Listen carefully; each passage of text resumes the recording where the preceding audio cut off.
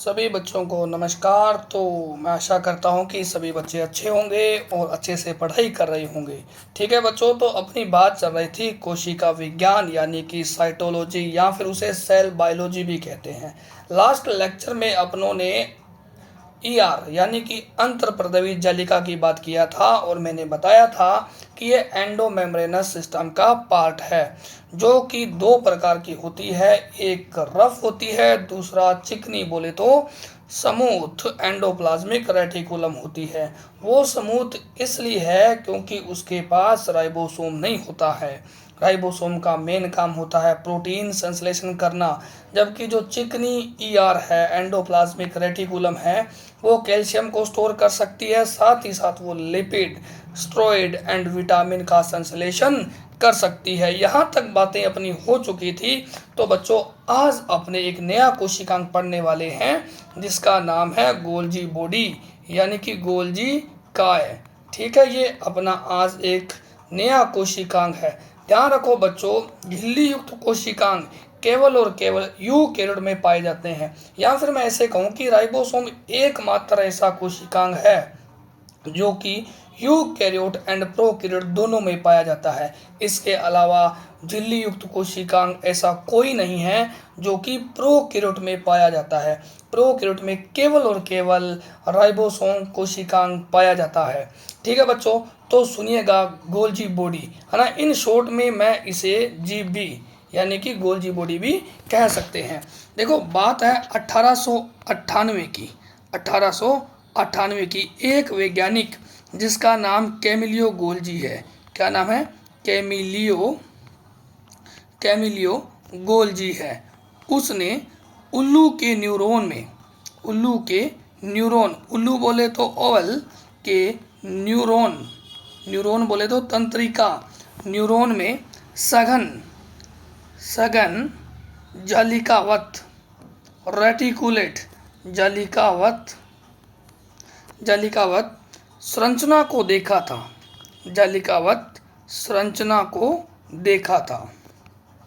देखा था। बाद में इन्हीं के नाम पर इसे क्या रख दिया?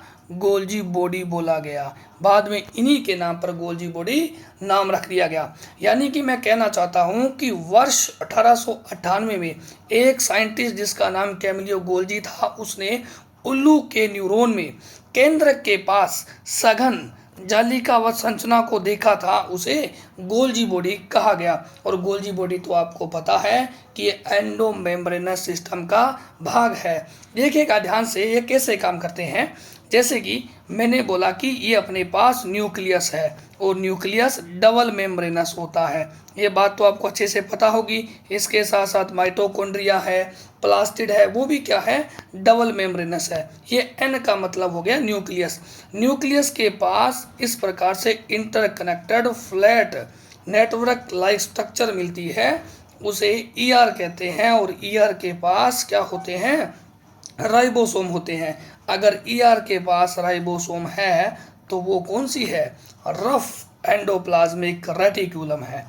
ठीक है, और ईआर क्या बनाती है? ईआर फॉर्म करती है वेसिकल्स। क्या फॉर्म करती है? वेसिकल्स। हिंदी में बोले तो पुट्टिका का निर्माण करती है। पुट्टिका, ठीक है, पुट्टिका का निर्माण करती है। और ये वेसिकल जाती है आगे गोल्जी बॉडी के पास। किसके पास जाती है? गोल्जी बॉडी के पास जाती है। ये मैंने गोल्जी बॉडी बनाया है। ये गोल्जी बॉडी का एक पार्ट है, उसे अपने सिस्टर्नी कहते हैं। क्या कहते हो बच्चों? सिस्टर्नी कहते हैं। ये हो गई सिस्टर्नी। ठीक है, सिस्टर्नी से पहले पुट्टिका और पुट्टिका से पहले ईआर। ये पुट्टिका जाती है गोल्जी बॉडी के सिस्टर्नी में। ये कहाँ जा रही है? सिस्टर्नी के अंदर जा रही है। देखो मैं कहना चाहता हूँ कि ये जो गोल्जी बॉडी के साथ पहले टच होती है पुट्टिका, है ना, गोल्जी बॉडी का वो पार्ट जो न्यूक्लियस की ओर है, ये गोल्जी बॉडी का पार्ट जो न्यूक्लियस की ओर है उसे सिस फेज कहते हैं। सिस फेज, या फिर इसे बोलते हैं फॉर्मिंग साइट, फॉर्मिंग फेस। ठीक है, फॉर्मिंग फेस, ये थोड़ा सा इंग्लिश में ही याद करना पड़ेगा। या फिर कहते हैं कॉनकेव साइट बोलते हैं, या फिर फेस कहते हैं। जहाँ से पुट्टिका गोल्जी बॉडी से अटैच होती है उसे सिस या फिर फॉर्मिंग साइट या फिर कॉनकेव फेस कहते हैं।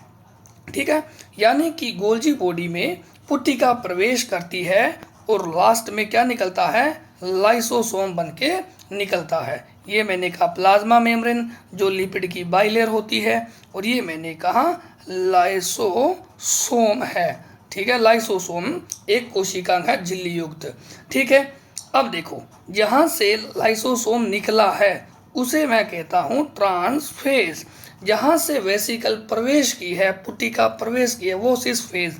जहाँ से पुट्टिका यानी कि अब तो लाइसोसोम बोलेंगे इसे, ट्रांसफेज।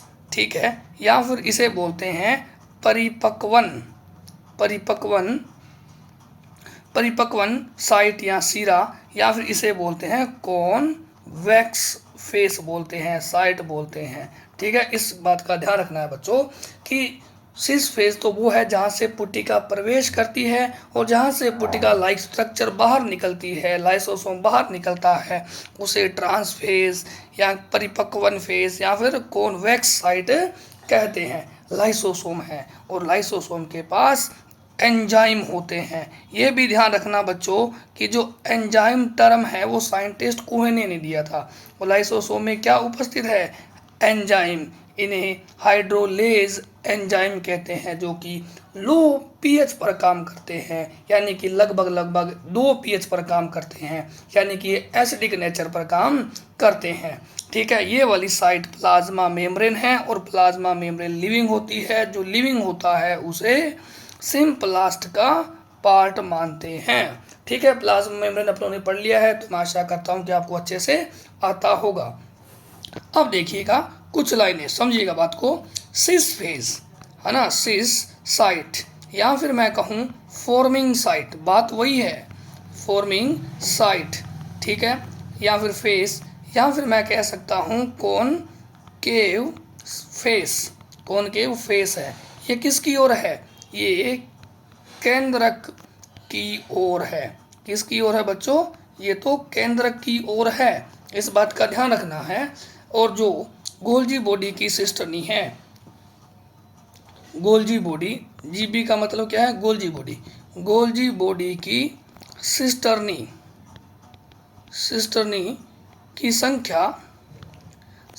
की संख्या परिवर्तनशील है। क्या है बच्चों, परिवर्तनशील है, वेरिएबल है, परिवर्तनशील है। ठीक है, इस बात का भी ध्यान रखना। अगर देखो सिंगल सिस्टर्नी है, यानी कि एक सिस्टर्नी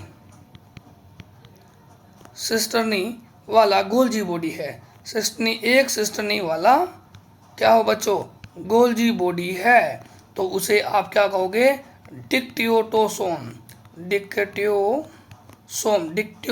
कहते हैं। और डिक्टियोसोम मिलता है प्लांट्स में, यानी कि पादपों में मिलता है, इस बात का ध्यान रखना। देखो सीधी सी बात है, मैंने कहा कोई सेल है उसमें डिक्टियोसोम मिलता है, इसका मतलब वो प्लांट सेल है। डिक्टियोसोम ही गोल्जी बॉडी का दूसरा नाम है, वो इनके स्थान के आधार पर नाम अलग हो गया, ताकि आपको पता रहे। अगर मैं डिक्टियोसोम की बात कर रहा हूँ, इसका मतलब हो गया कि मैं प्लांट सेल की बात कर रहा हूँ। ठीक है, आगे देखिएगा कि अपने पास क्या थी, वेसिकल्स, बोले तो पुट्टिका थी। पुट्टिका ER एंडोप्लाज्मिक रेटिकुलम से उत्पन्न होती है। ये देखो डायग्राम को देखो आप ध्यान से, उत्पन्न होती है, और गोल्जी बॉडी के सिस सिरे से जुड़ती है। यही बात तो मैंने बताया था आपको। ठीक है, सिस सिरे से जुड़ती है, और ट्रांस सिरे से बाहर निकलती है, ट्रांस सिरे से बाहर निकलती है। ये बात तो आपको अच्छे से समझ में आ गई होगी। ट्रांस सिरा है जिसे परिपक्वन क्षेत्र या फेस या फिर कॉन्वेक्स साइट भी कहते हैं। अब देखो अपने बात करेंगे अभी अपने गोल्जी बॉडी के काम, बोले तो रोल ऑफ गोल्जी बॉडी। इसके काम बड़े इंपॉर्टेंट है। ठीक है, सबको याद होने चाहिए अच्छे से, और बड़े ही सिंपल काम है। पहला काम यह है, लाइसोसोम का निर्माण करता है। लाइसोसोम लाइसोसोम का निर्माण करता है। लाइसोसोम का निर्माण करता है कौन बच्चों? गोल्जी बॉडी लाइसोसोम का निर्माण करता है। यह है बोले तो Golgi body packaging and final sorting में सम्मिलित रहता है। यानी कि किसी भी पदार्थ को पैक करना है, यानी कि उसका बहिस्त्रावण करना है, तो उस काम को कौन करेगा? गोल्जी बॉडी करेगा। यानी कि कोई सेल है, सेल के अंदर बड़े बड़े मोलिक्यूल है, उनको कोशिका से बाहर भेजने का काम गोल्जी बॉडी करता है। इसीलिए गोल्जी बॉडी को मिडल मैन ऑफ सेल के नाम से भी पुकारा जाता है। ठीक है, तो पैकेजिंग हो गया, किसी भी पदार्थ को पैक करके बाहर निकालना, यानी कि फाइनल सॉर्टिंग में सम्मिलित रहता है। और क्या करता है? ये ग्लाइकोप्रोटीन एंड ग्लाइकोलिपिड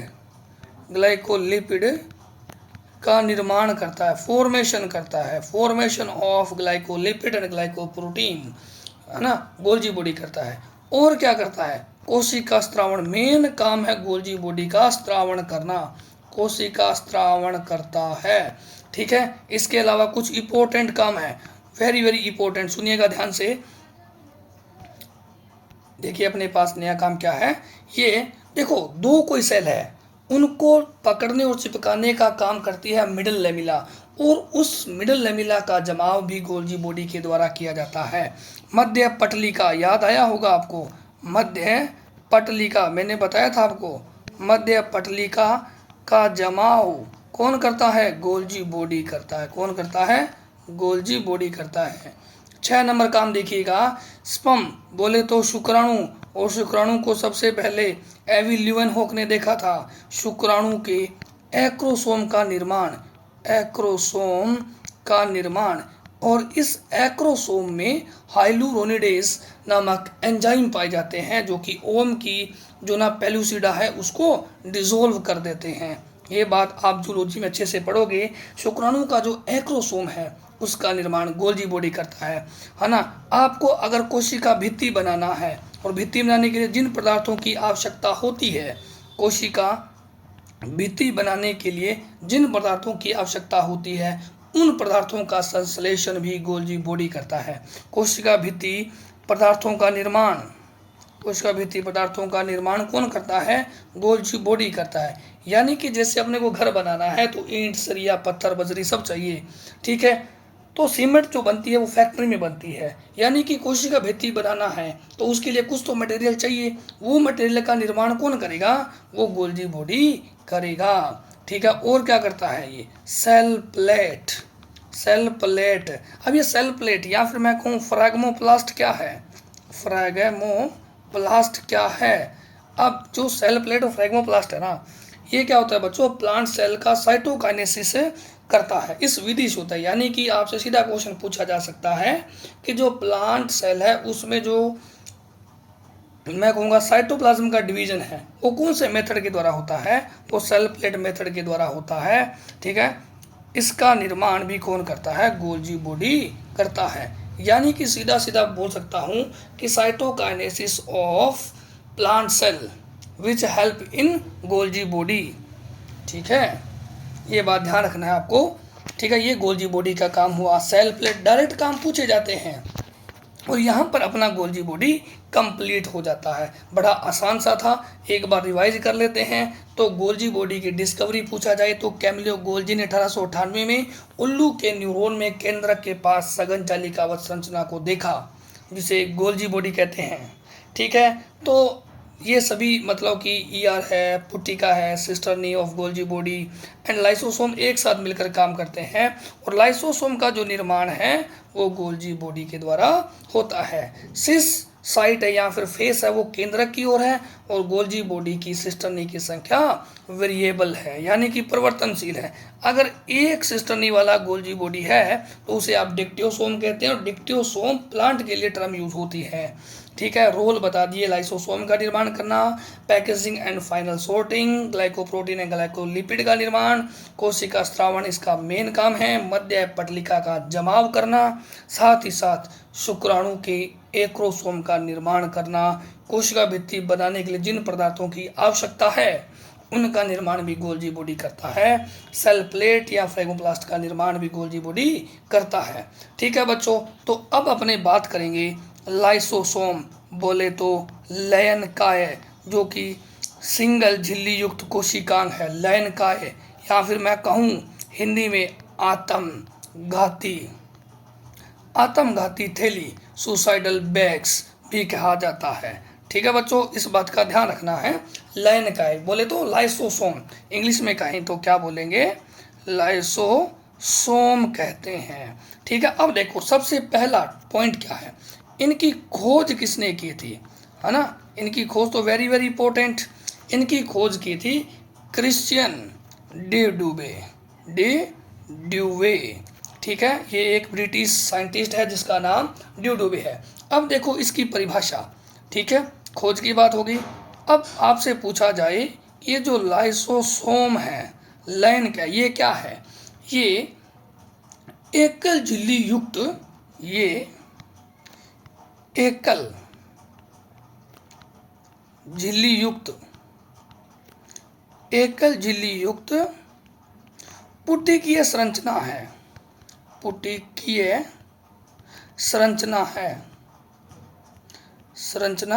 है जिनका निर्माण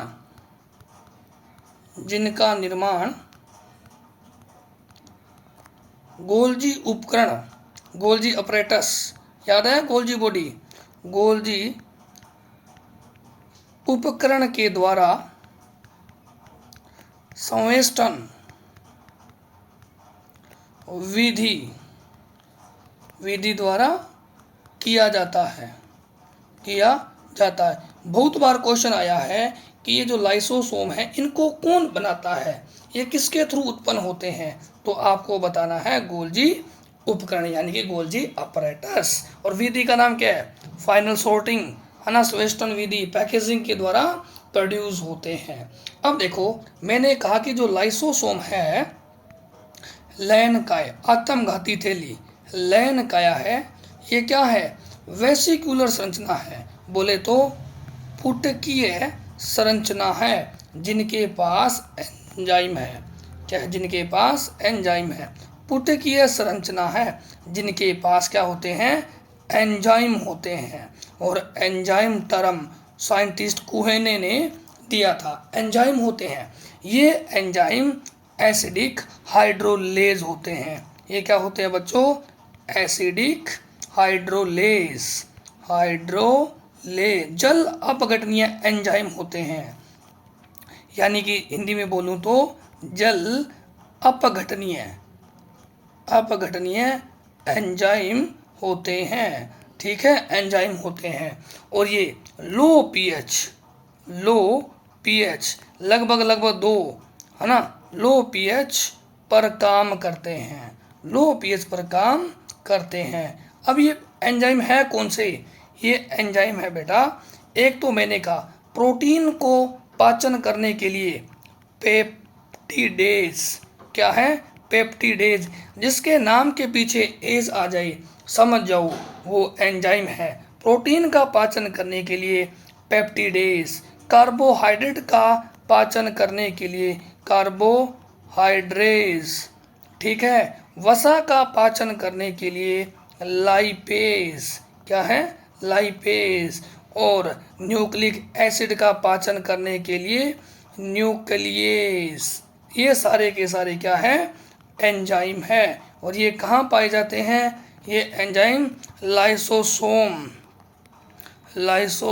में उपस्थित है, यानी कि प्रेजेंट है। ठीक है, इंग्लिश में समझ लेना, शॉर्ट में लिखा है मैंने, ये लाइसोसोम में उपस्थित है या फिर प्रेजेंट है। कुछ और फीचर है लाइसोसोम के, सुनिएगा कैसे।